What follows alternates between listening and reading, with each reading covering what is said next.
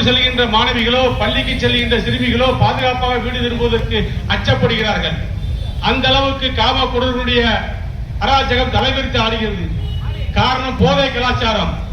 எங்கு பார்த்தாலும் போதை போதை, கஞ்சா போதை, அபின் போதை, பல்வேறு ஹெராயின் போதை, பல்வேறு விதமான போதைகள் தமிழ்நாட்டுக்கு வந்துவிட்டது.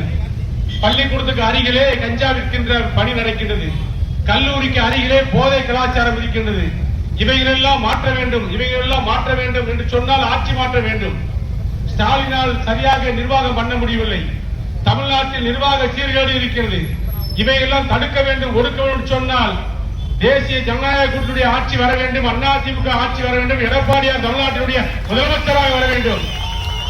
எடப்பாடியார் தலைமையிலே 4 ஆண்டு கால அதிமுக ஆட்சியிலே, அம்மாவின் தலைமையிலே 10 ஆண்டு கால அதிமுக ஆட்சியிலே சட்ட ஒழுங்கு சரியாக இருந்தது. விலைவாசிகள் கூடாமல் இருந்தது. மக்கள் பாதுகாப்பாக வந்தார்கள்.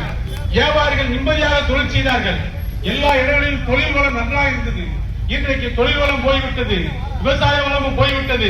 நெசவாளர்கள் கஷ்டப்படுகிறார்கள், பட்டாசு தொழிலாளர்கள் கஷ்டப்படுகிறார்கள். இந்த நிலையெல்லாம் மாற வேண்டும். சட்ட ஒழுங்கு சரி செய்ய வேண்டும்.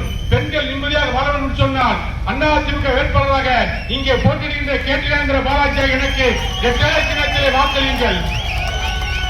இரட்டை சின்னத்திலே வாக்குகளை சேகரிங்கள். திமுக கட்சியை சேர்ந்தவர்கள், கூட்டணி கட்சியை சேர்ந்தவர்கள், காங்கிரஸ் கட்சியை சேர்ந்தவர்கள் சொல்லி வருவார்கள். பொய்யான வதந்திகளை சொல்வார்கள். இரும்பு வாசலோடு இரும்பு கேட்டுடைய கதவுகள் திறக்காது. 5 ஆண்டுகள் திறக்காத கதவுகள் இப்போது திறக்குமா? இனிமேல் திறக்குமா? திறக்காது. கேட்டிராந்திர பாலாஜியுடைய வீட்டு கதவு எப்போதும் ஏழைகளுக்காக திறந்திருக்கும். எந்த நேரத்திலும் திறந்திருக்கும். இரவு 1 மணிக்கு போன் போட்டாலும் ஏழைகளுடைய போன் சத்தம் கேட்டாலும் எழுந்து பேசக்கூடியவன் நான். இல்லாத மக்களுக்கு உதவி செய்ய வேண்டும் என்று எண்ண உணர்வோடு வாழ்பவன் நான். பொது சேவைக்காக வாழ்க்கை அறிவித்தவன் நான். உங்களுக்காகவே, இந்த சிவகாசியின் நன்மைக்காகவே, இந்த விருதுநகர் மாவட்ட மக்களின் நன்மைக்காகவே அதிமுகவிலே இணைந்து பணியாற்றிய புரட்சித் தலைவர் காலத்தில் தொடராக பணியாற்றினேன். அம்மாவுடைய காலத்தில் நகர செயலர், இளைஞரணி மாவட்ட செயலர், மாவட்ட கழக செயலர், வைஸ் சேர்மன், சட்டமன்ற உறுப்பினர், அமைச்சர் போன்ற பதவிகளை மக்கள் கொடுத்தார்கள். அத்தனையும் சிறப்பாக செய்தேன். எடப்பாடி காலத்தில் அமைச்சர் பதவி, மாநில அமைப்பு செயலர் பதவி, மாவட்ட கழக செயலர் பதவி கொடுத்து அதிமுகவுக்கு ஒரு அங்கீகாரத்தை சிவகாசி பகுதிக்கு கொடுத்த தலைவன் எடப்பாடியார். புரட்சித் தலைவர் எம்ஜிஆர் போன்ற ஒரு நல்ல ஒரு மனிதனுடைய ஆட்சி தமிழ்நாட்டில் வர வேண்டும். புரட்சித் தலைவர் அம்மாவை போன்ற ஒரு மனித புனிதனுடைய ஆட்சி தமிழ்நாட்டில் வர வேண்டும். புரட்சித் தலைவர் எடப்பாடியுடைய அற்புதமான ஆட்சி, ஏழைகளுக்கான ஆட்சி, இல்லாத மக்களுக்கான ஆட்சி தமிழ்நாட்டில் வர வேண்டும் என்று சொன்னால் இரட்டை மலர வேண்டும். அதிமுக கூட்டணி வெற்றி பெற வேண்டும். எடப்பாடியார் தலைமையில் உள்ள அதிமுக கூட்டணி 210 தொகுதிகளில் வெற்றி பெற்று அதிமுக தனிப்பெருமை வெற்றி ஆட்சி அமைத்தது என்ற வரலாற்றை உருவாக்க வேண்டும்.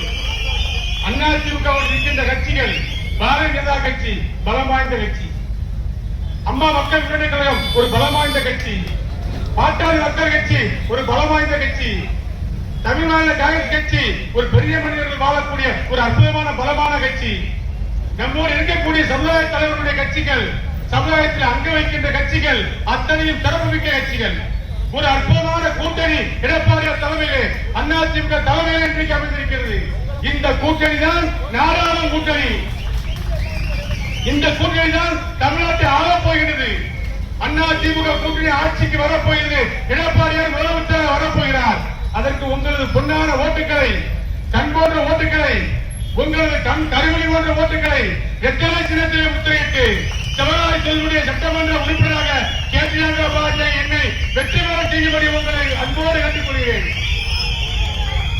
வருகின்ற 23ஆம் தேதி தேர்தல் வாக்குப்பதிவு, அதற்கு பின்பு மே 4ஆம் தேதி ஓட்டு எண்ணிக்கை, மே 5ஆம் தேதி என்னை சென்னைக்கு சட்டமன்ற உறுப்பினராக நீங்கள் அனுப்புங்கள்.